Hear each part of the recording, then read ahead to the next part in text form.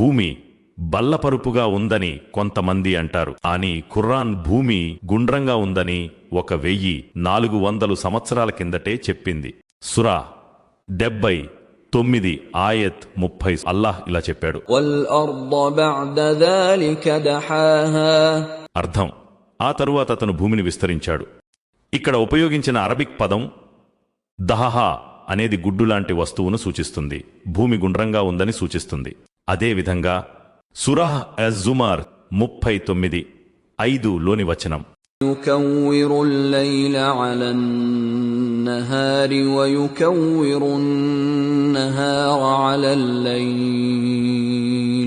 అర్థం, ఆయన రాత్రిని పగటిపై, పగటిని రాత్రిపై చుట్టివేస్తున్నాడు. ఇక్కడ అరబిక్ పదం యుకవ్వీరు అనేది చుట్టూ తిరిగే చర్యను సూచిస్తుంది. ఇది భూమి గుండ్రంగా ఉండటమే కాదు, భూమి సూర్యుడు చుట్టూ తిరుగుతూ తన చుట్టూ తాను కూడా తిరుగుతుంది అని తెలియచేస్తుంది. కాబట్టి ఖురాన్ 1400 సంవత్సరాల కన్నా తక్కువ క్రితమే ఈ సత్యాన్ని వెల్లడించింది. అల్హమ్దులిల్లాహ్.